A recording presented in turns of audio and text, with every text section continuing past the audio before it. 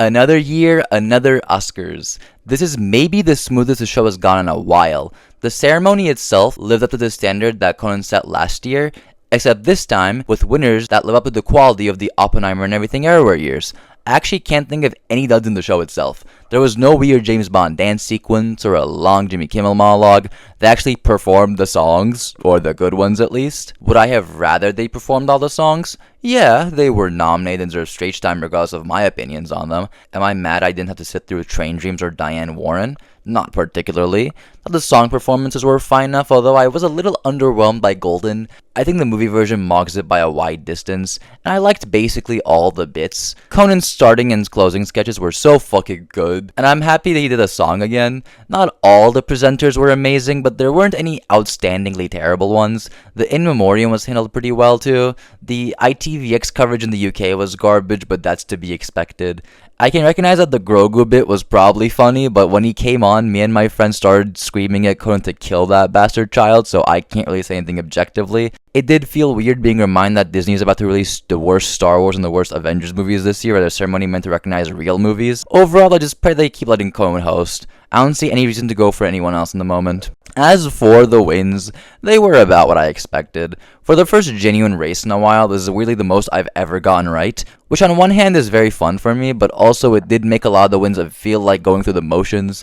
I love Frankenstein and all of its technical elements, but it winning production design, makeup, and costumes after being the frontrunner since last summer and winning every precursor is just not exciting. Deserved wins though. All of my friends I was watching with hate this movie. Not me. Feels good being the only Frankenstein enjoy at the function after it wins 3 Oscars.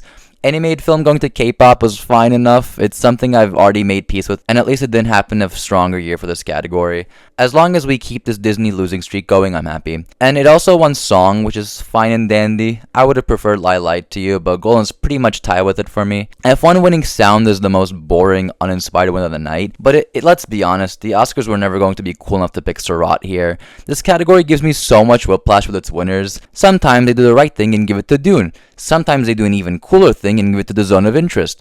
Other times, it's just the loudest movie. F1 was a racing film in Best Picture. It was destined to go down like this. Just upsets me that it has more wins than Marty Supreme. We'll get to that. Sentimental Value and International is pretty great, although honestly, 4 of those would have made for a sick winner. I really hope this multiple international movies and Best Picture thing isn't just a 2-year-long trend. Not only is it good because international cinema is awesome and the Oscars should recognize the best of the year regardless of country, but it also makes this category way more interesting. I was excited for this one. Fun! I haven't seen the documentaries, but I did switch to Nobody Against Putin last second because I was predicting every frontrunner for every category and felt the need to do something different, and I could not be prouder of this move. One up most people thanks to this inkling. Feels so fucking good. Got documentary short right as well, which most people did, but after last year's fiasco, it's a nice feeling. After 6 wrong last year, I only got 3 wrong. Next year, I'm 100%ing this shit. I didn't think the shorts would be so fun this year. The crop of nominees is absolutely terrible, riddled with rip-off Pixar shorts that end in Bible quotes, scrappy student films, college humor sketches, and feel-good shorts intended for 70-year-olds. Out of the 10 nominees for live-action animated short, I liked a whopping 4 of them. Boy, am I happy with the winners. I thought Butterfly was gonna win, and it would have been fine enough considering the gore's animation, but The Girl Who Cried Pearls actually pulled through. That's fantastic. That's my favorite short of the 10. They did the right thing. And as for live action short, it was really the most interesting category of the night. I didn't know that ties could still happen. That's insane. And the tie was between the 2 best ones. I keep winning. 2 People Exchanging Saliva and The Singers are my second and third favorite shorts of the 10 respectively. It was just nice to get a weird surprise like this. It's also not common that a winner corresponds with my actual pick, so I'm grateful for that. Out of 24 winners, only 8 overlap with my ballot. Those being the 2 narrative shorts, all of Frankenstein's wins, VFX adapted screenplay, and international feature. Speaking of VFX, it's nice to see that Avatar still got it despite not being in picture. Navi Nation truly moved. I fucking love Avatar. Along with animated short, cinematography, and casting were my other wrong predictions. They kinda just flip-flopped. The first ever casting win going to one ballot just feels right.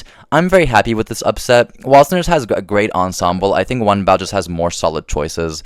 The Miles Kate and Chase Infinity finds kind of cancel each other out, and I think the performances in one ballot are just better overall.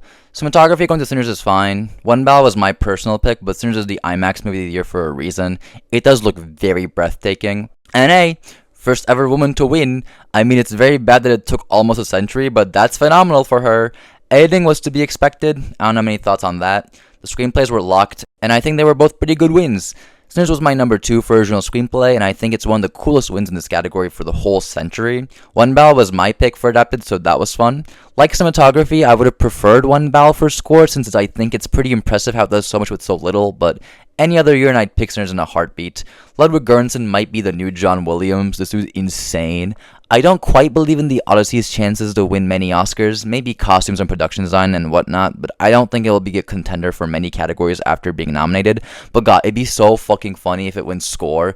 Give him 3 Oscars in the span of 4 years. That'd be so incredible. And a total of 4 Oscar wins with only 2 directors. I'm all in on the Ludwig agenda. Directing going to PTA is cool too. Another lock of the night. I'm happy for him. And hell, let's just do Picture now too, because we know what the real events of the night were. I think this is a good winner. I'd say it's my second favorite of the decade after Oppenheimer, and I think as a movie to represent 2025, it is probably the right choice. Sinners also would have been great. I'd be lying if I said I wasn't hoping for a Sinners upset despite liking One Bal a smidge more. But One Bal speaks to the current times politically, and more importantly, it's a good representation for what current Hollywood can still be. It's both a current moment movie, as well as a genuinely impressive combination of all different crafts of filmmaking coming together. And I'm honestly just happy it was a race this time. I love chaos. Ideally, next year we'll make it to the envelope, unsure. I think the casting win kind of solidified One Bal's win too early. Okay, let's talk about the acting awards. These 4 are the main reason I was so excited for the ceremony. Well, this 3.